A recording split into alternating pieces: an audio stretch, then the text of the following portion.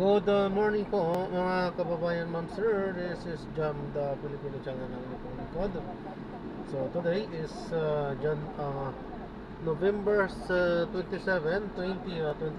Tayo ay pupunta sa may M Place. Dito sa may Mother Ignacia Avenue, South Triangle, Diliman, Quezon City po. At dadalhin po natin yan sa may yan, sa may McDonald's sa Buendia, Pasay po yan. Sinatuhin po yan at Avenue, corner po yan ng Donald Street, Pasay nga po yan. Okay, so magbabalik po tayo mamaya pag nakuha na po natin sila. Disclaimer lang po, ang content po natin ay kalsada at hindi ang passenger. Kaya nga naman sakasakali man po na may marinig kayo mga pangalan ng lugar, pangalan ng tao, pangalan ng organizations, government o private man yan, ay wala pong kinalaman ng channel na ito at wala pong pinapatungkulan. Lahat po ng pinag-uusapan dito ay pawang dito lamang po yan sa loob at wala pong pinapatungkulan sa labas. Okay po? So magbabalik po tayo mamaya konti pag nakuha na po natin sila.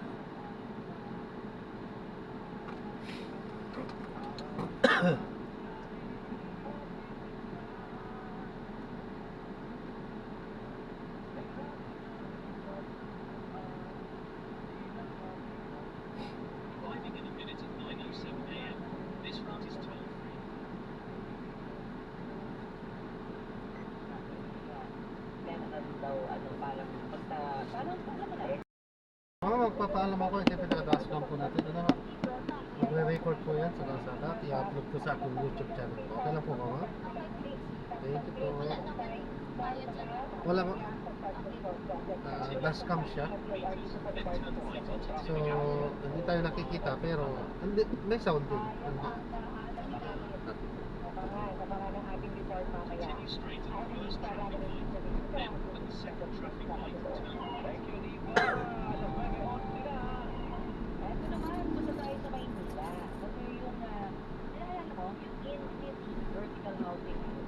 Nagmamalangunsod daw na Maynila.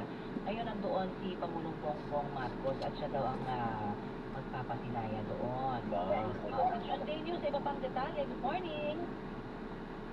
Nasaksihan ni Pangulong Bongbong Marcos Jr. ang pagpapasinaya sa San Lazaro Residential Project dito sa lungsod ng Maynila. Ito ay isang in-city vertical housing program ng lokal na pamahalaan ng Maynila na mahigit 4,300 square meter lang. May 20-story structure, may 169 parking spaces. Target na ma-accommodate dito ang mga kawani ng Manila Health Department at iba pang mga kawani ng gobyerno na residente ng lungsod. Sinabi ni Architect Ernesto Oliveros na sa lugar na ito dating nakatayo ang isang health center at ang Manila Health Department. Inimolish at pinatayuan ang bagong mas malaki at mataas na gusali.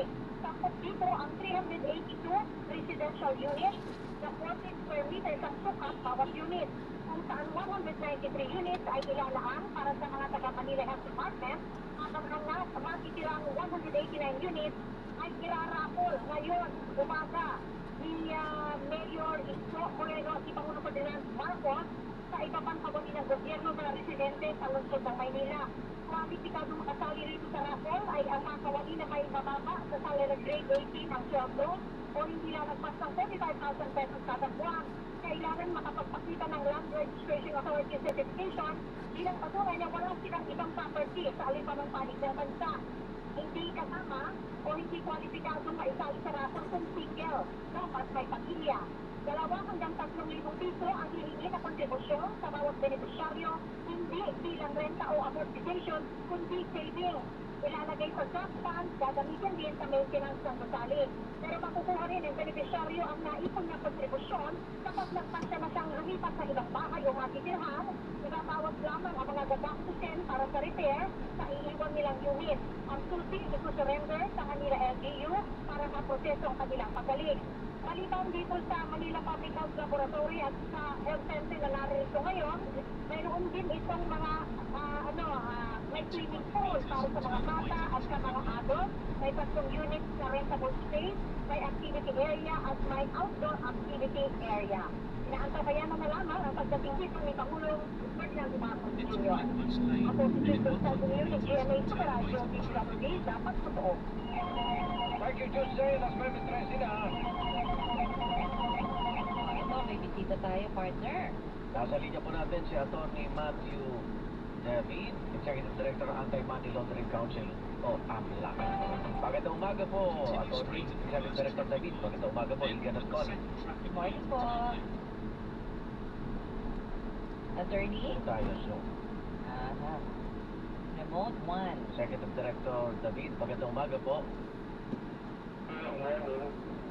Ayan po, Follow up lang kami. usapan mga freeze order kamakailan. Natagdagan pa ho.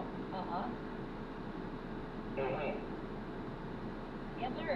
Pwede mo ba kami makahingi ng mga detalye kasi mismo ang Pangulong Bongbong na rin ho ang nagbanggit sa pangalan ni Representative Zaldico dahil billion naman ho ang na-freeze na ba? Sa kanya pa lamang po ba yun?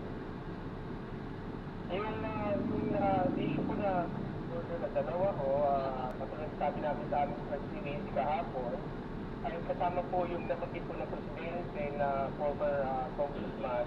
Saka pangalawa po, may isa pa po tayong official sa may Independent Constitutional Commission na na-pilot din natin na kasama rin sa freeze order. Yung mga bilyones po na halaga ng property, yan po ang na-cover nung freeze orders po na dalawa.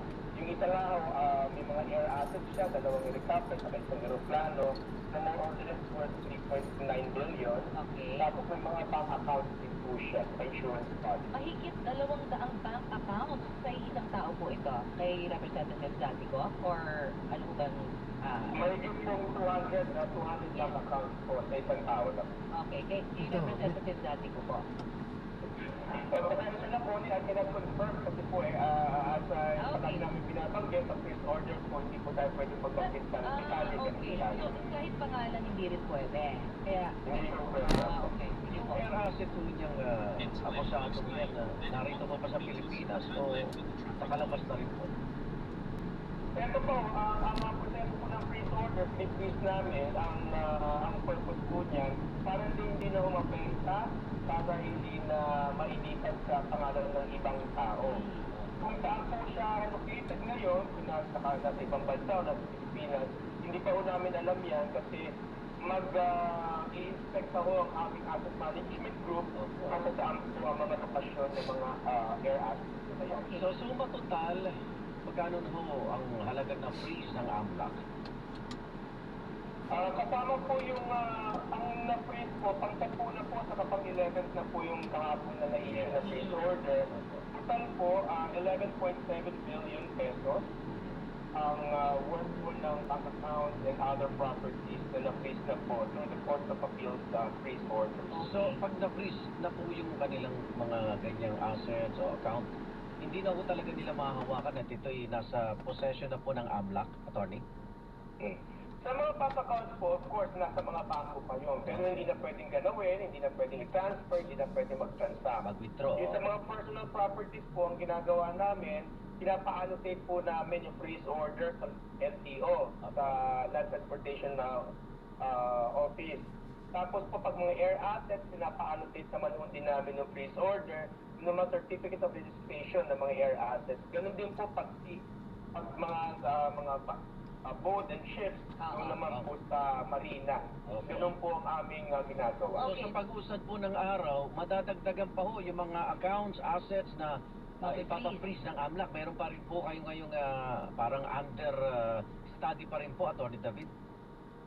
Yes po, dalawa po yan, madadagdagan pa po yung value ng 11.7 billion kasi magsasubmit po ang mga bangko ng mga bank returns na tinatawag natin. Opo. Ang bank return, sinasabi ng bangko kung magkano laman ng mga account. Okay. Kaya po, in the days to come, in the weeks to come, madadagdagan pa po yung 11.7 billion. Oo. Pangalawa po, may mga iniimbestigahan pa po kami na ibang personalities sa companies na hintay-hintay lang po tayo na mga in the following weeks magkakaroon na naman po tayo ng petitions for freeze orders to be filed with the Court of Appeals. Ay. Lalaki pa po ang mag-freeze ng ANLC.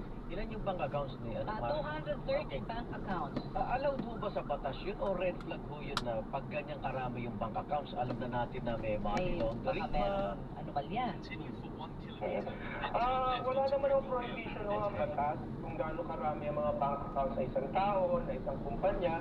We must understand po na yung mga personalities involved dito ay may mga negosyo rin. Opo. Alam naman natin sa ordinary business, or especially pag malaking negosyo, ay maraming mga bank accounts dyan. Okay. Tapos yung mga officers din po niyan, may mga may-ari niya. Marami rin naman din personal accounts, both business and personal accounts. Pero sa 230 bank accounts, lahat po yan local banks o kasama na po dyan yung mga nasa foreign banks pa? Local bank po ito kasi ito po yung mga tinatawag natin na covered persons ng AMLC. Ito lang po yung nasa jurisdiction natin. Yun lang. O yun kaya ako unang tanong kasi marami sa kanila meron mga nakatago na labas na sa bansa. Eh. So hindi nyo makahabol po yun. Sa proseso po sa AMLC, makahabol po namin yan. As I mentioned in a previous interview po, ang ginagawa po namin, nagre-request tayo ng information from foreign authorities. Yung counterpart po natin sa ibang bansa, tatanungin natin, ito bang personality na ito ay may financial transactions o may bank accounts ho o may assets ho ba dyan sa bansang yan. And then after a few weeks, that information will be given to us. Nasimulan nyo na po sent to ba? us. Nasimulan na po namin ito particular individuals po na subject ng FOs po na to. Okay. Kasi Nasimulan na po kung namin. nasimulan na, so halimbawa lang, Baka maunahan. kunyari sa ibang, paano ba yun? Gaano katagal yung balikan po ng negosasyon? Makikita naman nila yung movement siguro. Oo. Hindi ko po masasabi kung gaano katagal po yung pakikipag-usap namin sa ating foreign counterparts. Pero normally, mga linggo o buwan po ang binibilang bago po Matagal din, ano? positive results. Opo, ganun po. Binanggit ko rin mo sa isang interview na pag nalaman namin may property sa ibang bansa, pwede rin po natin i-request yung foreign authorities na i-freeze din po yun. I see. Okay. Actually, nagawa na namin yun sa ibang kaso namin. Opo. Yung individual with 200 accounts, pwede ba malaman ano total na deposits niya? At kasi kailangan tumugma ito sa SALN niya, di ba, Atty. David? Kailangan ideklara niya yon. Katulad po na nabanggit ko kanina, malalaman po natin to later on pa, baka this week or next week, kasi magsasabit pa po yung mga bangko ng bank returns na tinatawag natin. Ay, thank you. Pati pala insurance policies pwede nyo rin Yun pala. isama, Atty. no? David. Kasi dito, Paano po yung insurance policy? oo, kasi 15 insurance policies. Paano ho yun? Kasama na ho yun doon. Malakihan yan. Oo, 3.9 billion. Yes, kasama na rin ang 15 insurance policies. These are considered as monetary instruments na pwede po i-freeze through the freeze order of the Court of Appeals. Malalaman din ho natin ng face value, yung halaga, yung cash surrender value ng mga insurance policies na to later pag nagsabit naman ng returns yung mga insurance companies. Okay. Ito lang po, gusto naming malaman.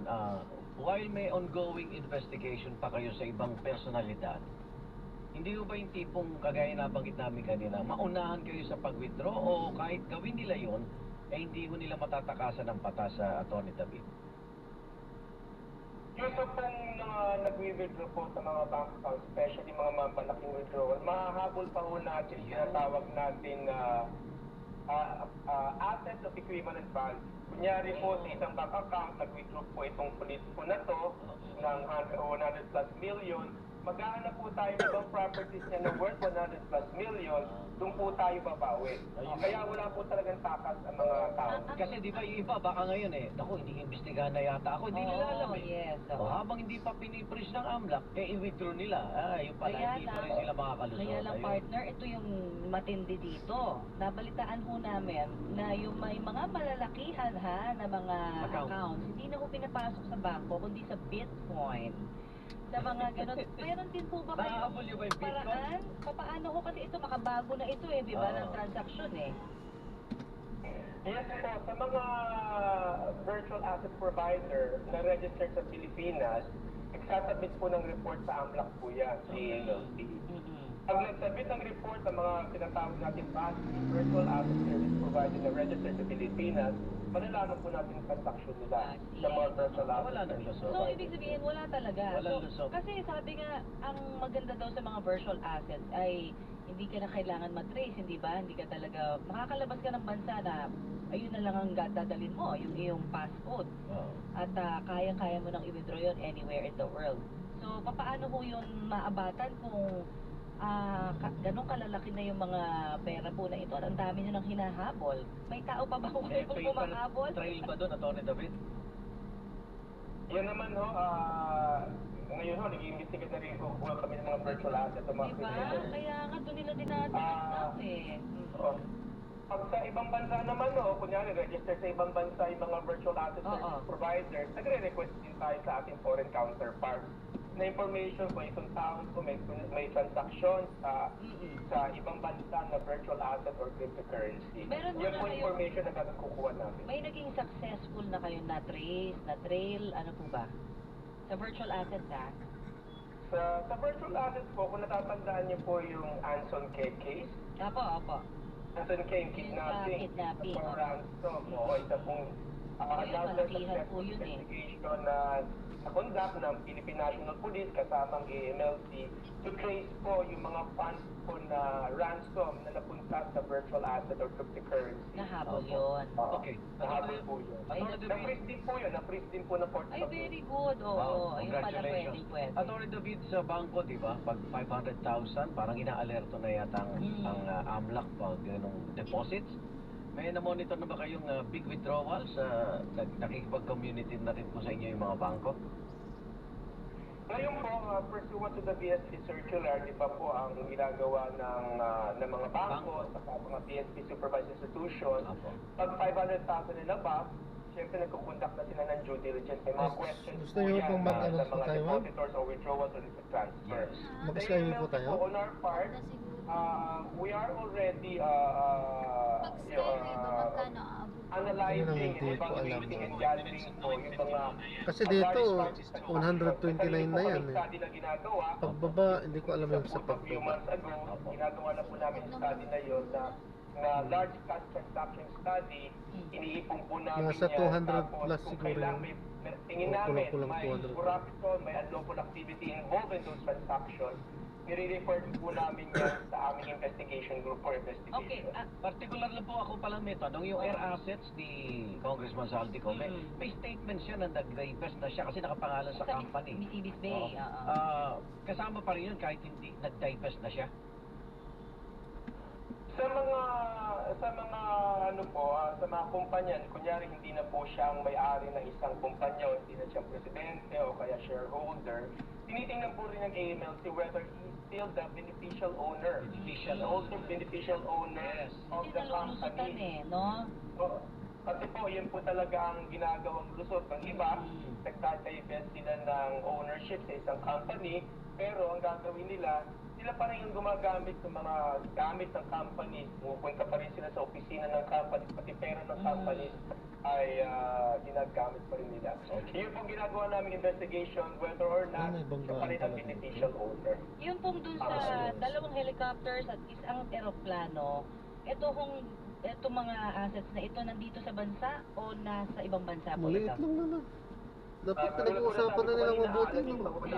So hindi ba, kasi meron nang nalabas, di ba? Sabi ng kaap. Oo, sabi po ng Pero mahabol naman doon. Oo. Ay, Atty. David, salamat po.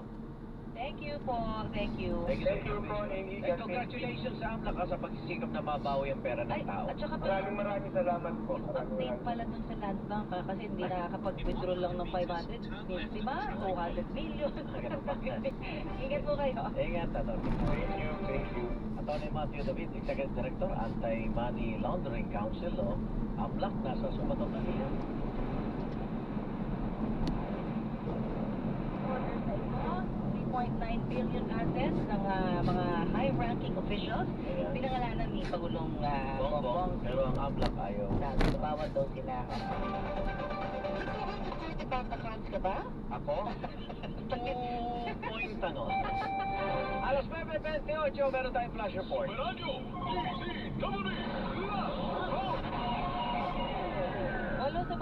akusado sa kasong may kinalaman sa anomalya sa flood control project ay naghain po ng not guilty plea sa Sandigan Bayan. Si Christian Manyo sa report. Not guilty plea. Ito ang inihain na plea ng 8 sa siyam na akusado sa umunay maanumalyang flood control project sa Oriental Mindoro na nagkakahalaga ng 289 million pesos para sa kanilang arraignment sa 5th Division ng Sandigan Bayan para sa kaso grab matapos maaresto. Partikular na sina Gerald Sahanan, Jean Ryan Altea, Ruben Santos Jr., Dominic Serrano, Dennis Abagon, Lerma Taiko, Monterti Tamayo, maging si Felizardo Pasuno, habang si Juliet Calvo naman ay nareset sa December 2 ang arraignment. Matapos itong hindi madala sa korte, ang pre-conference sa kaso ay tinakda ng korte sa Enero 9, 19 at 26 at Pebrero 5, 12, 19 at 26 sa susunod na taon. Samantala, itinakda naman ng 6th Division ng Sandigan Bayan ang arraignment sa mga kaparehong individual para naman sa kasong malversation sa Desembre 2.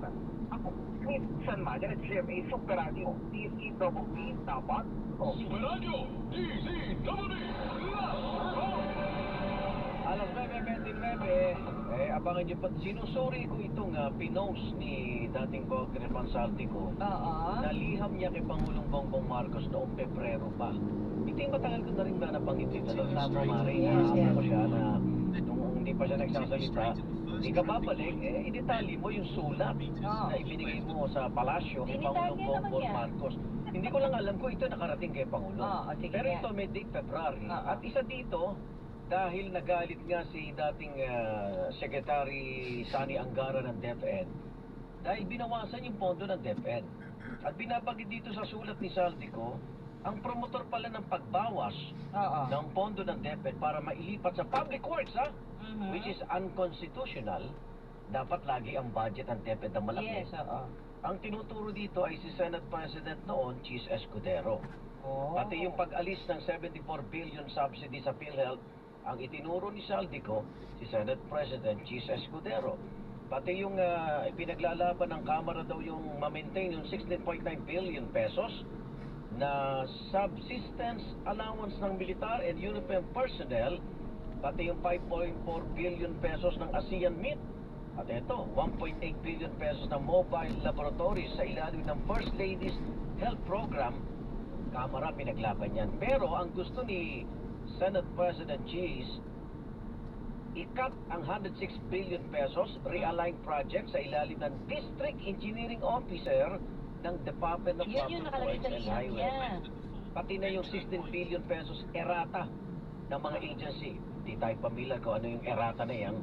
Pero dito, maliwanag na kasi sa kanya, ano yung budget, ang itinuturo niya ay si Senate President Chis Escudero. Bukas po ang programa natin para sa paglilinaw ni Senador Chis Escudero na yun nga, siyang laging itinuturo dito sa kontrobersya ng 2025 national budget. Dati na po niya itong pinabulaanan Oo. ni SP Escudero. Yung pagpunta niya sa Hindi siya Kamara, daw nakikialam. malibang kamustahin niya ang nangyayaring deliberasyon sa bicameral. Pero ano daw, syempre parang morally, parang sinasabi hindi pwedeng yung Senate President dadalaw doon, di ba, sa BICAM. So yan po baka kako hindi nyo na puro tayo video. Punta ko kayo sa Facebook account ni Saldico. Saldico, ganun lang. Mismo. Yun ay, kaya sabi ko, huwag nyo nang pagtalunan kung AI man yan o hindi. Yan ay pinost niya sa official account niya. So pinaninindigan ng kampo niya yan. Oo, kaso nga lang, manindigan siya dito sa bayan at manumpa Sa siya. bayan. Oo. Kasi hindi yun valid, sabi nga. Puro, ay nako, ingay lamang, sabi nga. Ano ba? Ito na nga eh. Ay, commercial na daw. Ano sa 32 sa 1-on-1? Walang personalan. One-on-one. Walang personalan.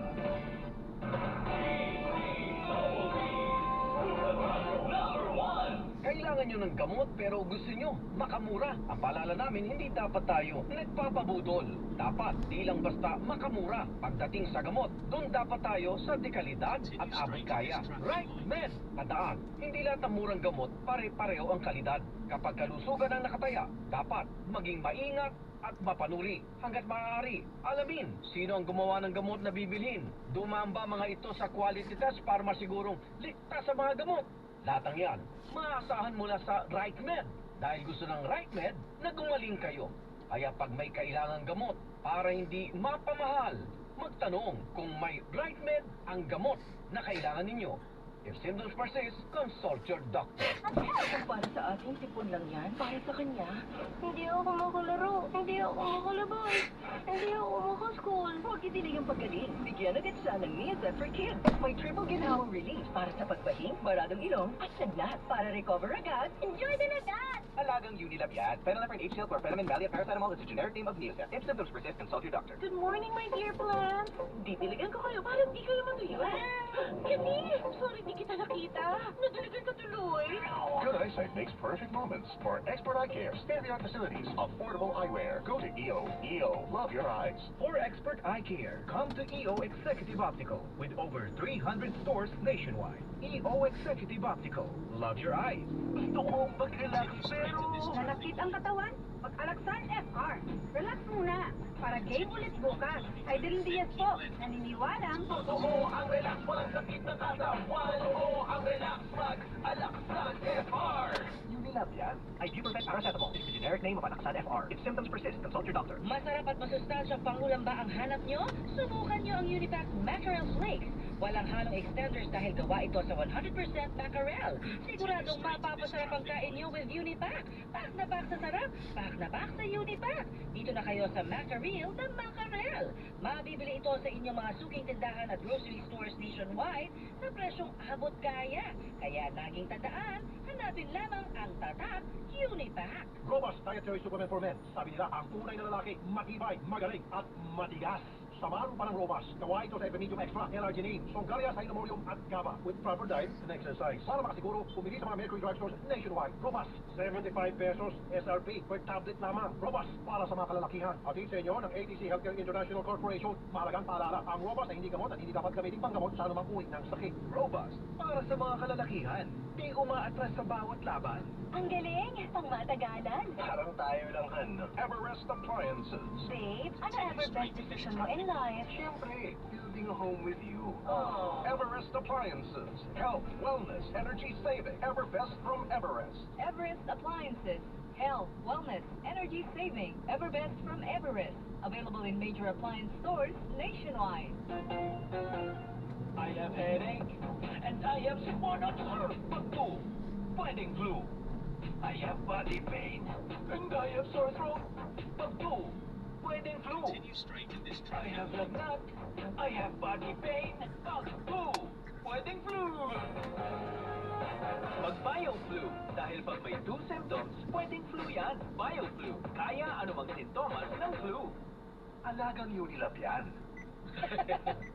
Nangyari nung September 21, ando na tayo sa ating ipinaglalabang maayos lamang. Kasi Oo. parang, alam niyo ba yung ginawa na niyo, ba't kayo nandun eh? Doon nga tayo sa itigil ang korupsyon. Tapos sisirain naman ninyo yung public Oo. property na gagamitan na naman ng pondo ng bayan. Na sana na-allocate for better project. Let's Eh, not, nagagastos doon. Tama, let's not create Oo. any distraction Yes. because we are already distracted. Yes. So much. Oo. Dahil ito pong mga nangyayari na to na may ICI, may Senate hearing, Oo. ngayon may BIR pa, di ba? Oo. Yung report Oo. ni Steve Ras. Meron pang ano pa ba, DPWH. Oo. Alam mo, Yung mga ang feeling ko nga, yung hindi ako makatulog kagabi, sabi ko, paano ba mauunawaan itong mga nangyayari na ito? Ang gulo-gulo, di ba? Sabi ko, parang naghihintay ka ng fireworks display. Di ba? Yung pag may sinabi ng ICI na i-refer na namin sa ombudsman, tapos, uy, ayun na. Tapos ang puputok lang mga rebentador, ganun po. Baby rocket na pala. Saka yung 126. Oo. Alam mo ba yung 126? Oo naman. Favorite ka rin. Aapak-apakan mo ba para mag-save ka? So, naghihintay tayo ng ng earth-shaking na mga pasabog. You know, dapat lang, di ba? Pero ang nakikita nga natin, pinakamalaki na yung quitis. Oo. Ganon. Wala yung mga goodbye Pilipinas. Bawal na daw kasi. Kaya huwag naman tayo mag-goodbye Pilipinas. Mahal nga natin yung Pilipinas, kaya tayo lumalaban, di Hindi, ba? pangalan lang yun ng ano. Oo, yun nga. Bawal nga. Bawal na nga yun, di ba, yung goodbye Philippines? Oo, sandali na po ha. Oo. Meron po tayong report mula sa ating Radyo Patrol. Pag sinabi naming Radyo Patrol, talaga pong pwede namin sabihin Radyo Patrol. Wala. Kasi atin yun. Sinigundahan ko talaga. Ayan na, ito na po ang report ni Nico Bagsik. Nico, go ahead please. Magandang umaga sa inyo, Peter at Rica. Patuloy ang panawagan ni na Ombudsman Jesus Cristina Remulla, DPWH Secretary Vince Dizon at ICI Chairman Andres Reyes para sa pugante ang daming kongresistang si Zaldico na umuwi na ng bansa at patunayan ang mga akusasyon sa kanyang mga nilalabas ng video. Naniniwala itong tatlong opisyal ng pamahalaan na nangangatiwa sa investigasyon sa maanumayang flood control project na walang sigat ang mga binubulgastik ko sa kanyang video statement dahil hindi ito sinumpaan sa korte. Mananatili lang anilang sabi-sabi ang mga ito na ang tanging layunin ay guluhin ang isip ng publiko at ilihis ang tunay na issue sa pagkakasangkot niya sa katiwalian bilang kongresista. Kahapon, sa Siko, sa sinampahan ng reklamo ng ICI at DPWH sa Office of the Ombudsman dahil sa kanyang kaugnayan sa EF2 Builder Supply na binanggit ni Reyes na isa sa mga kontraktor na sangkot sa flood control scandal. Kasama nito ang isa pang nakaupong kongresista na representante ng tatlong party list at 4 na distrito mula Bulacan, Cagayan, Surigao del Norte at Tarlac. Yan ang balitang kumpirmado, sigurado.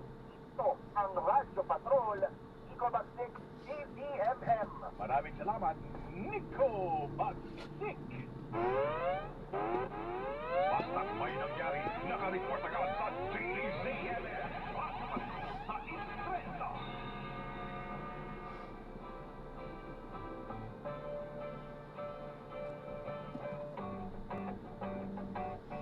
So, at tabayan rin po ninyo yung pang mga developments na pwedeng manggaling po sa Hong Kong, sa Taipo District kasi sana ipagdasal natin wala pong nadamay na mga kababayan natin, ano ha? Pero ayon po sa DFA nga, mayroong posibilidad na mayroong Pilipino na nadamay dahil sa napakalaking sunog na ito. Ilang pong high-rise buildings ang naapektuhan ng sunog na pinakamalaki sa loob ng nakaraang ilang dekada, hindi ilang taon. Opo, yan po ang latest dito sa ating report from Hong Kong. Pero meron pa po tayong makakausap maya-maya lamang. Ang oras, alas 9:41. Babalik kami ni Rica sa Balita-Batan. Balita-Batan sa DZMM. Basta AM DZMM. For expert eye care, come to EO Executive Optical. EO Executive Optical. Love your eyes. Balitang kumpirmado, sigurado. Sa DZMM Radyo Patrol sa Istrenta.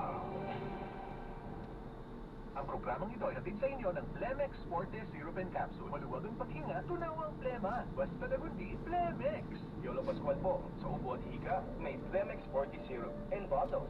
Pero para sa ginhawang kailangan agad, may Plemex Forte Capsule and blister pack. Madaling bitbitin, kaya ibulsa, gawa sa natural na lagundi na tumutunaw at nagpapalabas ng plema. Convenient na, ginhawa pa. Blemex Forte Lagundi and capsule. Basta Lagundi, Blemex. Easy. Vitex Secunduel is the generic name of Blemex Forte. If symptoms persist, consult your doctor. Tanggal ang tema, tigil ang ubo. Maluwag ang paghinga sa Blemex Forte. Basta Lagundi.